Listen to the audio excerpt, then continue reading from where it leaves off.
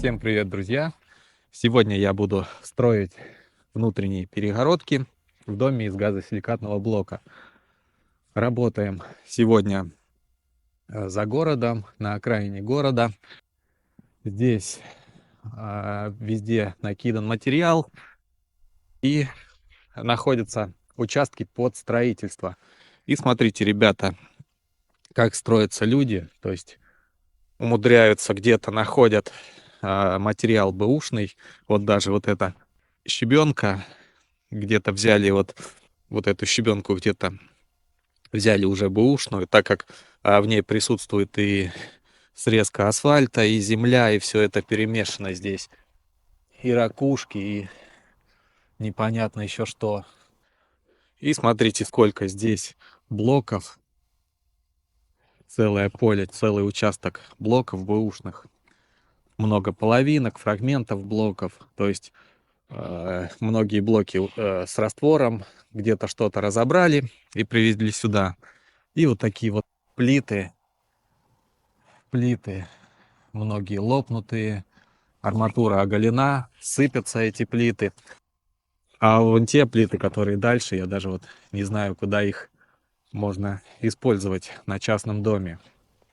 Так что вот удивляюсь, как люди строятся, но, скорее всего, я думаю, это строят на продажу, так как многие даже вот используют, я тут вижу, панели, строят дома из панелей, потом там как-то умудряются, утепляют их, облицовывают, и получается красивый, симпатичный дом. Машины мы оставляем здесь, на щебенке, и уже приходится идти по грунтовке, так как тут вот такая вот грязь, то есть на машине не проедешь. Кто-то вот пытался, здесь ездил. И такие вот уже вагончики стоят. Вот смотрите, как разбросано по всему участку эти блоки. Также вот стоит кирпич силикатный, тоже бэушный. Ладно, я вот понимаю, кирпич еще подойдет под внутренние перегородки, а вот эти столбы, это вот я даже не знаю, куда их будут использовать. Смотрите, все поломанные. Можно из некоторых, конечно, сделать перемычки, а остальные я не знаю, куда будут использовать. То ли фундамент зальют в бетон, или даже не понимаю, куда их можно использовать. И также здесь просто выгрузили, раскидали вот так по всему участку. Вот он еще кирпич там дальше. Появляются новые улицы. Ну и самая большая проблема — это то, что нету дороги. То есть сейчас в это время проехать сюда невозможно, нереально. И посмотрите, какая у нас сейчас погода. То есть февраль месяц, и снега нет вообще. То есть первый раз я вижу такую погоду. Это какая-то аномалия. Просто зашли какие-то теплые циклоны. И то есть весь январь, февраль у нас без снежного покрова. Здесь вот уже сделали фундамент, залили вот такую ленту, приготовили уже материал, газосиликатный блок, стоит вагончик. То есть в этом году уже весной, я думаю, приступят к возведению стен. И напротив вот стоит тоже фундамент, только уже из блоки ФБС. И вот еще один участок, ребята, где завезен бэушный материал, завезены панели, бэушный кирпич, плиты лежат, и будет строиться там дом из вот этого бэушного материала. Здесь идет дорога, то есть вот улица, и завезли вот эту срезку, асфальтную срезку, то есть будет потом это все выравниваться, будет делаться дорога. Вот этот вот мусор раскатают, и будет здесь дорога. Пока что вот такая временно. И вон тот дом мы делали несколько лет назад. Там еще пока не живут. 2 этажа, такой темный кирпичик. Ну а сегодня мы будем работать вот в этом доме. Это дом моего крестника. И я буду ему помогать делать внутренние перегородки. Смотрите, вот такой дом из газосиликатного блока, перекрыт крышей. В дальнейшем дом будет обкладываться кирпичом, будет делаться облицовка. Здесь вот такая вот веранда. Металлические столбы будут также обкладываться кирпичом. И веранда, возможно, будет открытая, возможно, будет застекляться. Пока еще точно заказчик вот не решил. Газосиликатный блок, стена толщиной 300 миллиметров, армируется сеткой стены, и сетка выпущена под облицовку. Но когда будут облицовывать дом, то также дополнительно будет облицовка засверливаться и будут вставляться гибкие связи, чтобы было надежнее. Одной сетки будет, возможно, недостаточно, так как она в некоторых местах уже начинает рваться. И давайте я вам сейчас вот проведу небольшой обзор дома, покажу, как получился дом. Смотрите, дом перекрыт плитами, и сверху вот торчат плиты. Отверстия заопенены, но их нужно будет еще закрывать, ставить утеплитель. Вот здесь до конца стены небольшое расстояние, как раз под утеплитель. А с этой стороны, вверху, нужно даже проложить уже целый газосиликатный блок. Вот как он туда влазит, позволяет толщина стены. Ну и также можно будет утеплить плиты. И сейчас вот я зашел с задней стороны. Смотрите, здесь идет вот такой навес. И можно будет выходить через вот эту дверь. Здесь большое панорамное окно на всю стену. И сделана дверь. Дверь очень широкая. Можно открыть одну половину, можно распахнуть полностью. И сюда можно будет выходить. Там у нас кухня с гостиной, то есть с кухни выход на вот эту верандочку. Можно будет выйти, попить кофе, посидеть на свежем воздухе. Крышу уже подшили, вот такие софиты, и оставлено промежуток под облицовку. То есть будет прокладываться облицовка, заходить вот в эту щель, и потом еще останется доделать, там закрыть отверстие между облицовкой и софитом. Фундамент идет, залита лента бетонная. Вот она, мы видим с этой стороны, вот он бетон, и сверху идет ряд из блоков ФБС. Проложили вот блоки ФБС, и по блокам залита уже плита. Так, черновая стяжка, и плита вот полностью залита по всему периметру. Так как по блокам очень часто, когда возводишь стену, появляются вот трещины, поэтому сразу залили такую плиту. И вот смотрите, я вам сейчас покажу. Вот он блок крайний, и он вот немного отошел. Вот она, небольшая трещинка идет. Но плита это все вот связала, и то есть по плите уже нету трещины. Если бы здесь стояла стена, то трещинка пошла бы уже по самой стене. Поэтому по блокам рекомендуется заливать пояс, ну даже вот не плиту, а небольшую вот бетонную стяжку, небольшой такой монолит заливать рекомендуется по блокам. А в доме вот такие вот высокие широкие окна. И давайте я вам покажу сразу такие небольшие проблемные места. Когда строим дома из газосиликатного блока, то часто под окнами появляются вот такие трещины. Это вот самые слабые места. Могут появляться под окнами, над окнами. Поэтому многие армируют арматурой. Но арматура тоже, когда проложена арматура, это не всегда не значит, что трещина не появится. То есть может даже с арматурой появится небольшая вот такая трещинка, но дальше она потом уже не пойдет. И чем больше вот размер окон, тем больше вероятность появления трещин. По всему периметру дома залит армопояс, также по внутренним стенам, по капитальным стенам, куда опираются плиты. И уже на армопояс кладутся плиты. И вот другое, например, окошко. Смотрите, здесь уже нету ни трещинок, ничего. Строили этот дом не мы. И смотрите, вот кто строил, строители замазывали с этой стороны, промазывали все швы. Получается вот такая грязная кладка, но зато плюс в чем? То, что нету никаких щелей и не будет продувания.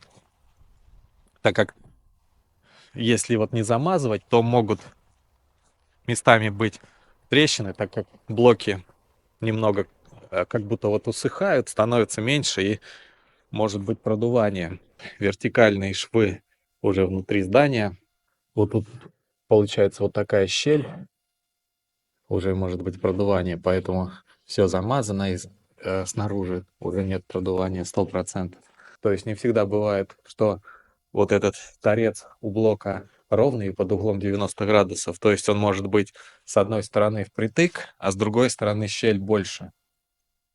Поэтому замазал эту щель и все, и нет проблем. И внутри вот такие комнаты. Вот эта комната будет такая гостиная, очень большая комната. Вот она, панорамное окно, которое я вам показывал с улицы. Здесь тоже большое окошко идет. И еще с этой стороны также окошко. И большая дверь будет, свободный такой проем. Этаж перекрыт плитами. И посмотрите, какая здесь высота потолков. 3,5 метров. Вот такой высокие такие потолки будут. И здесь еще вот просвечивается насквозь. Нужно будет еще с той стороны обкладывать плиты, утеплять их, так как сразу вот не было возможности. Поставили сначала крышу, а потом нужно будет все это еще утеплять плитой и закрывать. И давайте я вам сейчас быстро покажу расположение комнат, какая здесь будет планировка. Здесь мы видим 3 двери, первая, вторая дверь и вот там третья.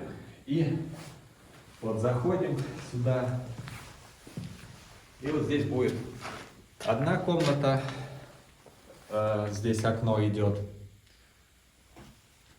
Каждая комната где-то не меньше по 15 квадратных метров. Здесь вторая комната будет отделяться вот этой перегородкой внутренней. И пойдемте покажу вот за этой стеной третья комната. То есть тут тоже в этой комнате окно, дверь отдельная. Вот здесь будет санузел, ванна, туалет. Здесь будет идти перегородка также. Будет детская комната с таким окном. Будет еще дверь. Будет докладываться, перегородка будет идти вот так и вот так. Здесь рубероид лежит просто так. Это примерно будет вот так идти где-то стена тоже. И вот она, 4-я комната. 4 комнаты здесь получается. Такая тоже просторная комната. Здесь примерно где-то 20 квадратных метров. Да, в этой комнате она побольше. И вот здесь сделана как ниша такая. Будет под шкафы, под гардероб сделана. И общая площадь дома не меньше 150 квадратных метров. Вот такие вот потолки еще. Необычные, очень высокие потолки, 3,5 метра. Чаще всего обычно вот делают потолки 3 метра, ну, бывает 3,20, 2,80, а здесь 3,5 метра. Ну и вот везде гидроизоляция постелена, рубероид.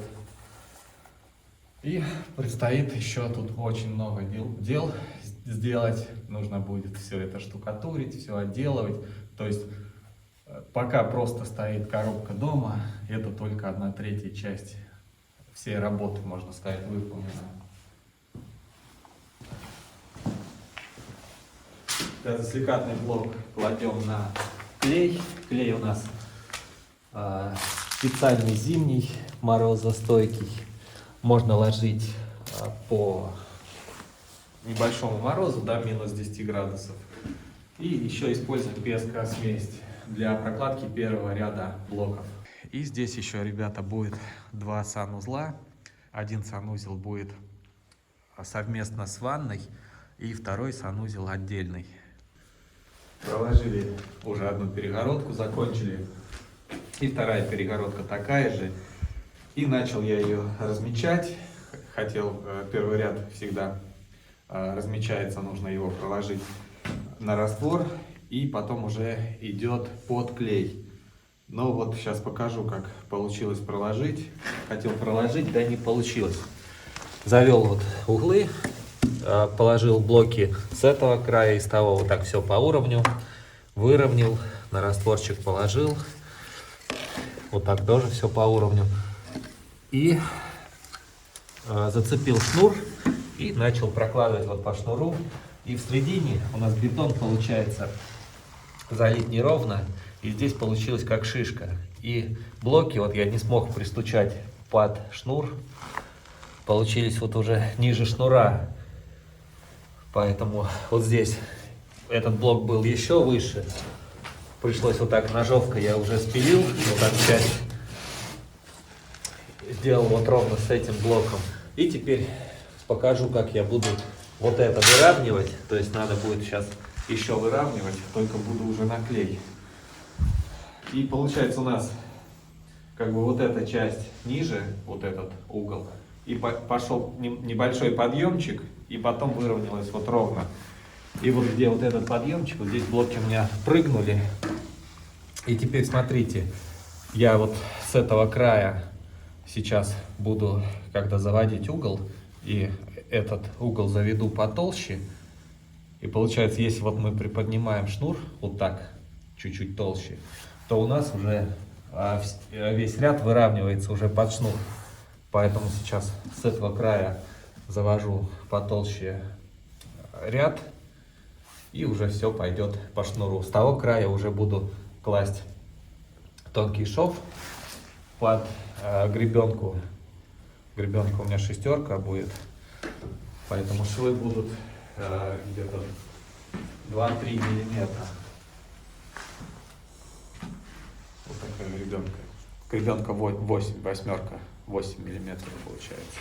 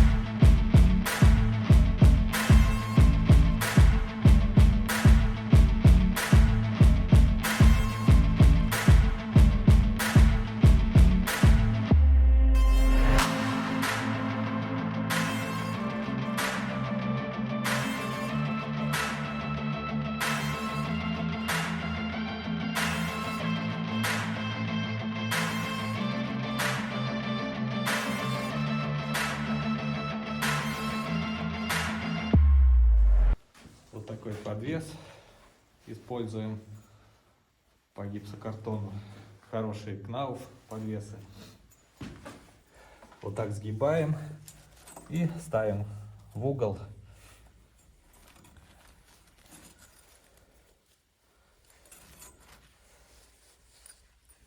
И прикручиваем саморезами.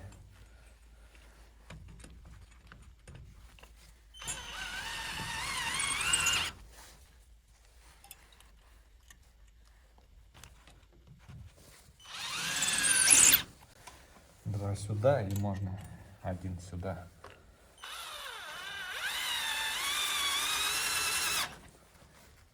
Все. Вот так прикрутили, можно два подвеса ставить. Вот и выровнялся первый ряд, то есть второй ряд. И теперь уже кладем под шнур. И мой помощник замешивает клей. Замешиваем миксером. Обычный вот такой перфоратор с венчиком.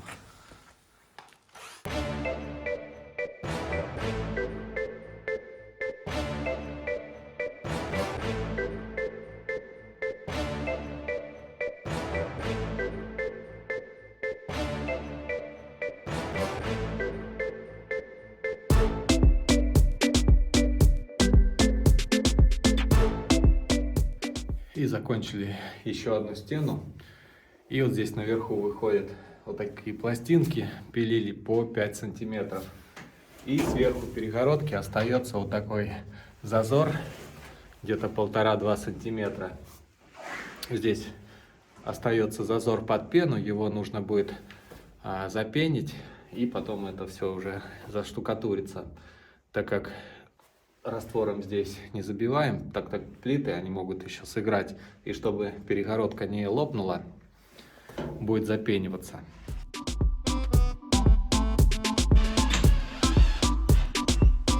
Проложили перегородку уже, которая идет со входа, и получается здесь два дверных проема, и здесь получается коридор, прихожая.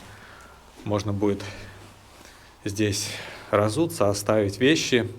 Также вот она будет перегородка, которая будет отделять прихожую от топочной. В топочной сказали, надо делать, чтобы объем помещения был не меньше 15 кубов. И мы сделали примерно вот по проекту, только немножечко вот сместили стену, сделали прихожую чуть-чуть пошире, но у нас тут получается 20 кубов, так как потолки высокие. Даже если взять на высоту не 3,5 метра, а 3 метра, то получается 18 кубов. Поэтому здесь, думаю, все равно мы взяли с запасом. В топочной есть вот окошко, и дверной проем выходит сюда. И изначально тоже думали отделять, не отделять. Можно было оставить вот такой коридор, но потом решили сделать здесь дверной проем, чтобы обувь не была на виду. То есть здесь зашел, разделся, разулся и уже заходишь в дом. И вот эту стену решили делать отдельно. То есть можно было, по идее, нужно делать вот так перевязку, запускать блок в эту стену и перевязывать с этой стеной. Но можно также перевязать подвесами, то есть выпустили вот так подвесы. Так проще сделать, потому что если бы мы перевязывали по-правильному, то смогли бы только перевязать все равно под леса, а потом уже с лесов мы бы не смогли так поворачивать стену, так как это очень сложно прыгать на две стены. Это нужен, если бы еще был бы один человек, один каменщик, то можно было уже делать вместе эти стены, возводить. Тогда бы уже можно было сделать с перевязкой. Но все равно эту стену мы привязываем вот к основной с помощью подвесов. Только здесь мы их прикручиваем к стене, а здесь просто вот выпустили. Сейчас мы их загнем вверх, чтобы они нам не мешались, и будем класть стену. Закончил работу на этом доме, закончили перегородки. Осталась перегородка, где санузел, но она будет делаться потом, так как нужно еще перенести будет канализацию. И вот такой работой занимаются каменщики зимой. Показал вам небольшой такой обзор дома, как получился. И интересно будет, конечно, посмотреть уже, когда сделают облицовку дома, уже будет смотреться совсем другой вид. Кому понравилось видео, ставьте лайки, пишите комментарии. Пока-пока.